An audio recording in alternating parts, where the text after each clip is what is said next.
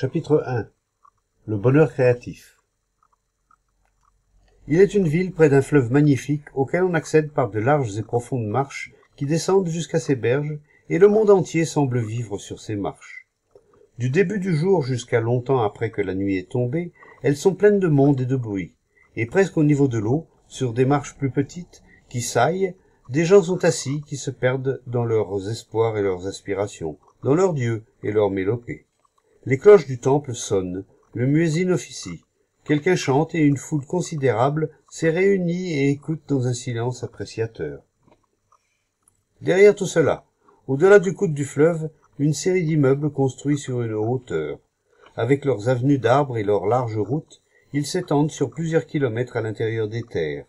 Et le long du fleuve, en suivant un chemin étroit et sale, l'on pénètre dans ce domaine où se répand la connaissance intellectuelle. On trouve là un grand nombre d'étudiants qui viennent de tout le pays et qui sont ardents, actifs et bruyants. Les professeurs prennent de grands airs et ne cessent d'intriguer pour obtenir une position plus en vue et de meilleurs salaires. Personne ne semble se préoccuper de ce qu'il adviendra des étudiants lorsqu'ils auront terminé leurs études. Les enseignants dispensent un certain savoir et certaines techniques que les plus habiles assimilent rapidement, et lorsqu'ils obtiennent leur diplôme, tout est dit.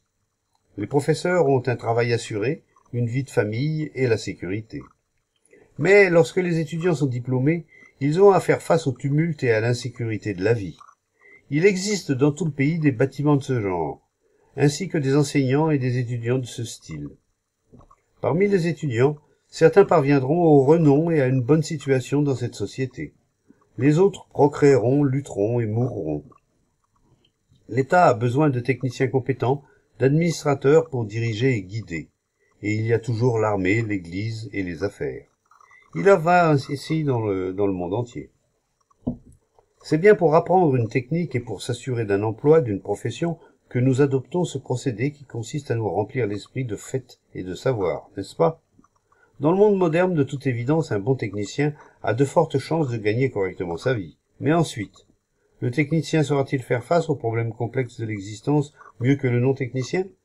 Un métier n'est qu'une partie de la vie, mais il existe aussi d'autres parties qui sont cachées et mystérieuses. Privilégier une partie et nier ou négliger le reste ne peut que conduire à une activité bancale et morcelée. Et c'est précisément ce qui se passe dans le monde d'aujourd'hui, avec ses conflits sans cesse plus grands, sa confusion et sa misère. Il y a bien entendu quelques exceptions, les créateurs, les heureux, ceux qui sont en contact avec quelque chose qui n'a pas été fait par l'homme et qui ne sont pas dépendants des choses de l'esprit. Vous et moi avons intrinsèquement la capacité d'être heureux, d'être créatifs, d'être en contact avec quelque chose qui est au-delà des griffes du temps. Le bonheur créatif n'est pas un cadeau réservé à quelques-uns. Mais pourquoi la majorité des gens ne connaît-elle pas le bonheur? Pourquoi certains gardent-ils le contact avec ce qui est profond, en dépit des circonstances et des accidents, alors que d'autres sont au contraire détruits par eux? Pourquoi certains ont-ils du ressort et sont-ils malléables, alors que d'autres restent inflexibles et sont pourtant détruits? En dépit du savoir, certains laissent ouverte la porte qui débouche sur ce que nulle personne et nul livre ne peut offrir, alors que d'autres se laissent étouffer par la technique et l'autorité. Pourquoi? Il est assez évident que l'esprit souhaite s'enfermer et s'affirmer dans une certaine forme d'activité, sans tenir compte de possibilités plus vastes et plus profondes, car il est de la sorte sur un terrain connu et sans danger, et c'est pourquoi l'éducation de l'esprit, la façon dont on l'exerce et ses activités sont encouragées et maintenues à ce niveau, et l'on trouve nombre d'excuses pour ne pas aller au-delà.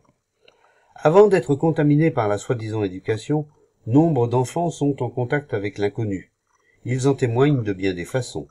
Mais l'environnement commence très tôt à se refermer sur eux, et passé un certain âge, ils perdent cette lumière, cette beauté qui ne peut se trouver ni dans les livres ni à l'école. Mais pourquoi? Ne dites pas que la vie est trop difficile pour eux, qu'ils doivent affronter de dures réalités, que c'est là leur karma, ou que c'est la faute de leur père, car tout ça, ce sont des sottises. Le bonheur créatif est pour tous, et non pour quelques-uns. Vous pouvez l'exprimer d'une façon et moi d'une autre, mais il existe pour tous. Le bonheur créatif n'a aucune valeur marchande. Il n'est pas possible de le vendre au plus offrant, mais c'est bien quelque chose qui peut se partager entre tous. Peut-on réaliser le bonheur créatif Ou plutôt, l'esprit peut-il garder le contact avec ce qui est à la source de tout bonheur? Peut-on garder cette ouverture en dépit du savoir et de la technique, en dépit de l'éducation et du fourmillement de la vie? Cela est possible, mais seulement lorsque l'éducateur est éduqué en vue de cette réalité. Seulement lorsque celui qui enseigne est lui-même en contact avec la source du bonheur créatif. Et notre problème n'est plus alors l'élève, l'enfant, mais le maître et le parent. L'éducation n'est un cercle vicieux que lorsque nous ne voyons plus l'importance, la nécessité, plus essentielle que tout autre, de ce bonheur suprême. Après tout, le fait d'être ouvert à la source de tous les bonheurs est la plus élevée des religions. Mais pour réaliser ce bonheur, vous devez y consacrer toute votre attention, comme vous le faites dans les affaires. Le métier de professeur n'est pas simplement un travail de routine, mais l'expression de la beauté et de la joie, ce qui ne peut se mesurer en termes de réussite et de succès. La lumière de la réalité et la béatitude qu'elle procure sont détruites lorsque l'esprit, qui est le siège du moi, prend le contrôle. La connaissance de soi est le début de la sagesse. Sans la connaissance de soi, l'éducation conduit à l'ignorance, au conflit et à la douleur.